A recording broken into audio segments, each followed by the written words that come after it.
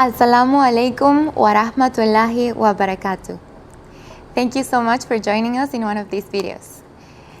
Please join me again in this journey to get to meet Qatari culture through its pages of literature. Today, we're going to speak about, as a continue of a previous video I did about marriage. This book is about pregnancy, birth, and the customs that are around this beautiful moment in life. So as you remember, I spoke about in one of the last videos about a Qatari wedding and what were the traditions and how was it something that was requiring all the family into this special moment in every person's life. So in this case, with the birth customs, we will realize that how culture and tradition are also about these important moments in life and how people behave, what they do, how they prepare. In that moment, there is special activities and there are special roles that every person in the family has for this moment. And how was it in Qatar years ago? So, as I said, this book is called Birth Customs. It is written and edited by Ismail Al-Fuhail and Abna Rashid Al-Hamdan. And it's about, as I said, pregnancy, birth, and the process to go for it. With a woman that, alhamdulillah, gets pregnant. In Qatar, they called the woman Hamil. Hamil means pregnant woman. So since the moment the family realized that the woman is pregnant, then she starts to become a center of attention. The family starts taking care of her, and it all starts with even food and people only caring about the health and the well-being from the mother and also for the woman.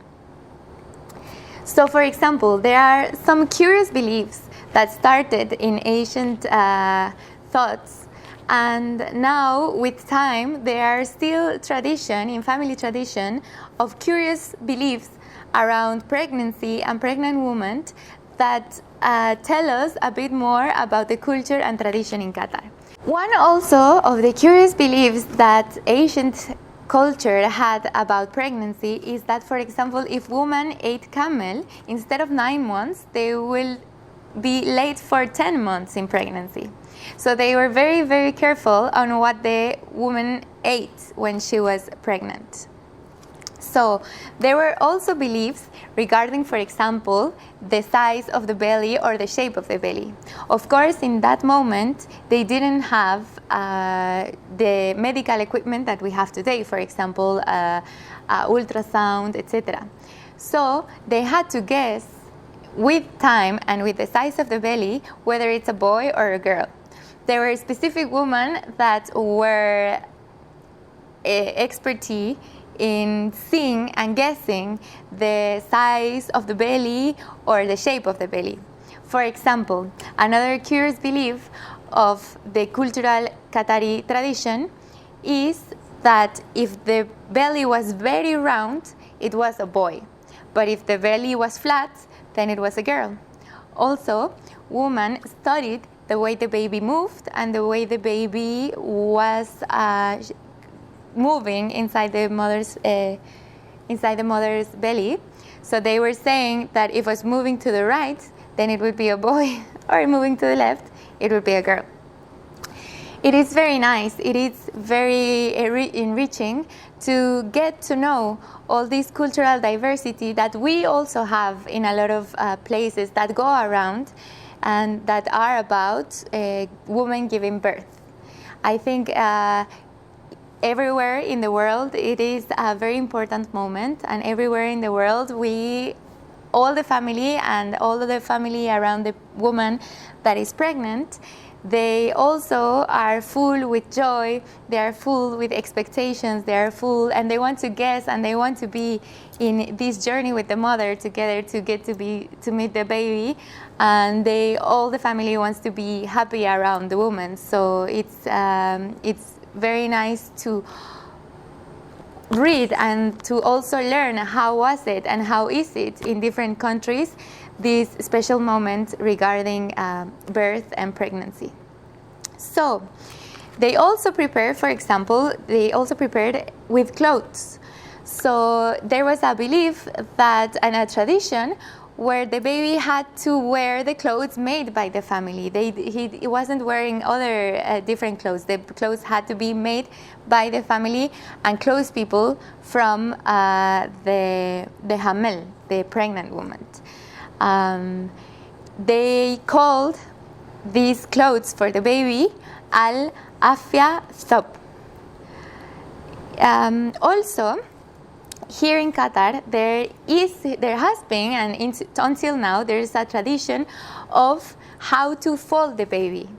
And I'm sure everyone in our countries, we all have, and we have all seen the families showing the mothers, showing the newly mothers how to wrap the baby. Here in Qatar, there was also a special tradition regarding how to wrap the baby, so it will be easy for the mother to hold him or her. So now we are going to talk about the tradition when the baby will be born. So the pregnant woman, of course, lives with her husband.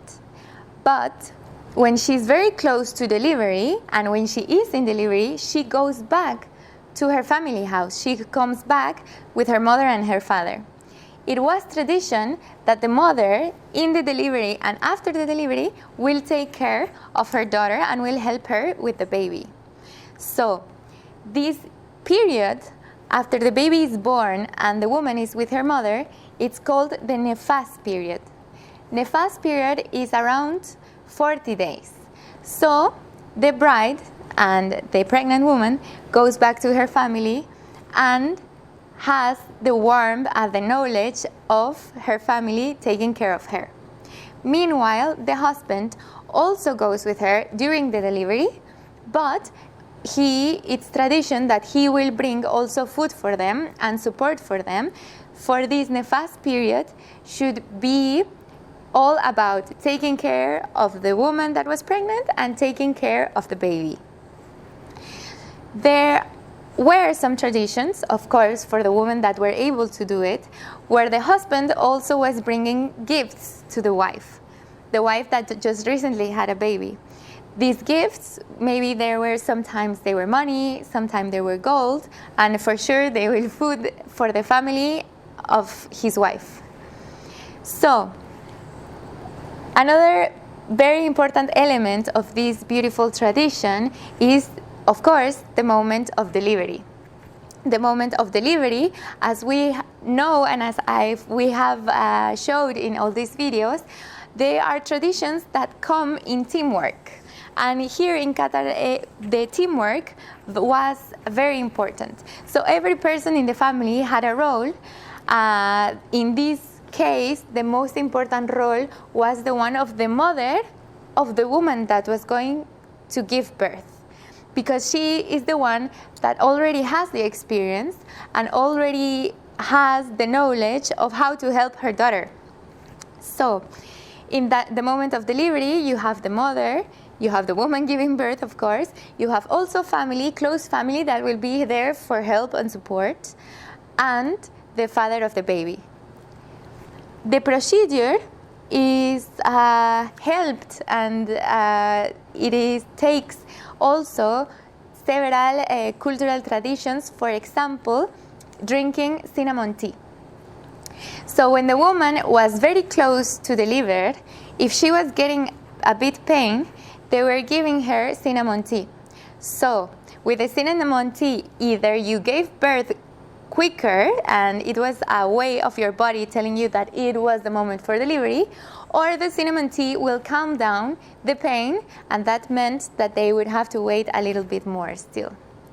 Also, when the woman also had already a lot of time without delivering and they wanted to accelerate the process because the waiting was more, they would give her black pepper or darasi.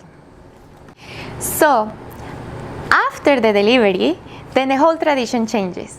As we talked before, she had special feeding, and there were some things that they were not giving her to take care of her and the baby. But after she delivers, then the whole cooking gets special for her.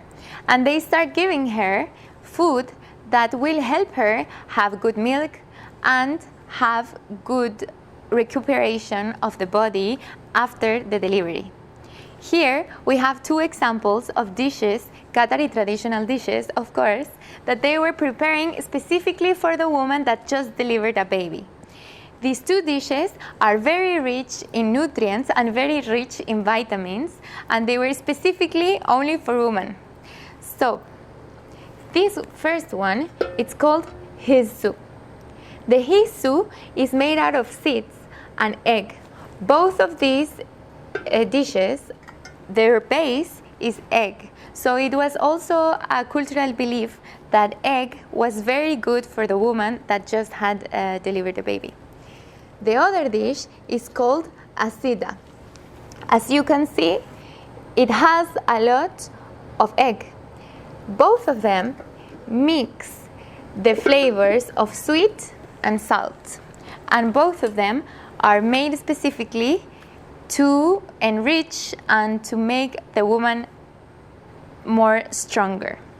Also, another specific and very important characteristic regarding the taking care of the woman after the pregnancy, it is spices in food. It is known that spices help your body to get warmer. So, for example, in this case here we have bazar, which is in both dishes, both in hisu and asida, and the spices were specifically given to her to have a better recuperation and to get the body warmer. Other beliefs and other behaviors that happened, for example, with the baby after he was born or she was born, was taking care of the baby. It was very important, and there was a very strong belief that you had to protect either the baby, both the baby and the mother, from bad eye. In Qatar, that was called nazal, and it is a belief where you have to protect your family from someone else that maybe likes something too much. So, for example, if there's a new baby and I just say, oh, it's so beautiful, then there has to be a way of the family to protect the baby. What were the characteristics or the beliefs or the actions that the people took to protect the baby? First of all, for example, there were some families that never revealed the gender of the baby. They were not saying if it was a boy or a girl. There were also families, for example, that protected the male baby by dressing it with colors or as if it was a girl. Imagine. There are beliefs, as you can see here, of putting artifacts next to the crib of the baby so they will protect him. Of course, one of the first things that they would do always to protect the baby is to put the Holy Quran next to the crib of the baby. There were other families, and there are other curious beliefs that, for example, they were putting knives close to the baby, or they were putting artifacts of protection. So thank you so much again for joining me during this journey, and thank you so much for hearing and getting to meet Qatar with me through the pages of literature. See you.